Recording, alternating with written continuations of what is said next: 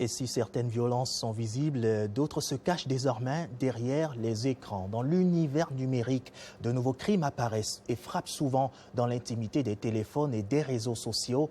On parle aujourd'hui de sextorsion, on parle de revenge porn, des pratiques qui détruisent des réputations, brisent des vies et plongent des victimes dans le silence.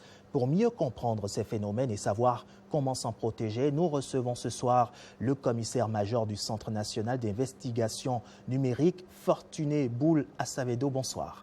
Bonsoir, monsieur le journaliste. Merci d'avoir répondu favorablement à notre invitation. Vous êtes là sur notre plateau. Plantons tout de suite le décor. On parle de sextorsion, on parle de revenge porn. Que faut-il comprendre concrètement par ces deux mots?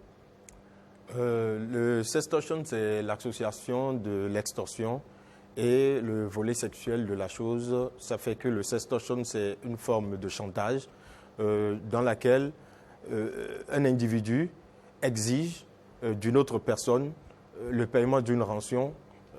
Sinon, il publierait des données à caractère personnel sur cette personne. Notamment des photos de cette personne nue? Nue, c'est ça.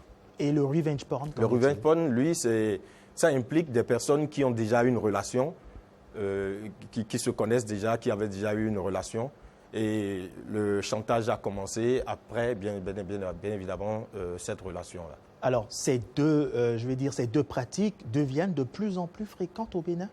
Il faut dire que courant 2025, nous avons reçu 16% des plaintes qui concernent le sextortion, la sextortion et puis le revenge porn.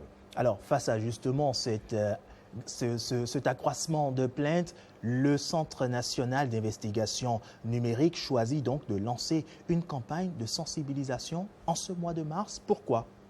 Le mois de mars, parce que d'abord, c'est à l'intérieur de ce mois-là, nous avons le 8 mars, qui est la journée internationale des droits de la femme. Et aussi parce que en mars, les infractions cybercriminelles, cette forme d'infraction cybercriminelle touche majoritairement la gente féminine. Voilà. Donc il n'y a pas d'homme qui soit victime de sextorsion ou de revenge porn? Si, le taux est plus faible que pour les femmes. Très bien. Alors, dites-nous concrètement, cette campagne que mène le CNIN va consister en quoi concrètement? Alors, le calendrier a prévu un certain nombre de sensibilisations à l'endroit des populations et surtout à l'endroit des femmes. Il faut dire qu'au niveau des femmes, l'objectif, c'est d'amener les femmes victimes de sextortion et de revenge porn à aller vers les autorités, à aller vers le Centre national d'investigation numérique pour porter plainte. Et quand vous dites qu'il faut aller vers le Centre national des investigations numériques, qu'est-ce qu'il faut faire quand la femme subit l'une de ces violences ou est victime de sextorsion ou de revenge porn? Alors, nous avons deux canaux qui permettent à ces femmes victimes de revenge porn d'aller vers le Centre national d'investigation numérique. C'est ça. Nous avons la boîte mail du Centre national d'investigation numérique qui est plainte@cenin.bj. Et nous avons aussi la possibilité de recevoir les victimes dans nos locaux, les locaux de la direction de la lutte contre la cybercriminalité qui sont à Ganry. Et quand prend fin cette campagne?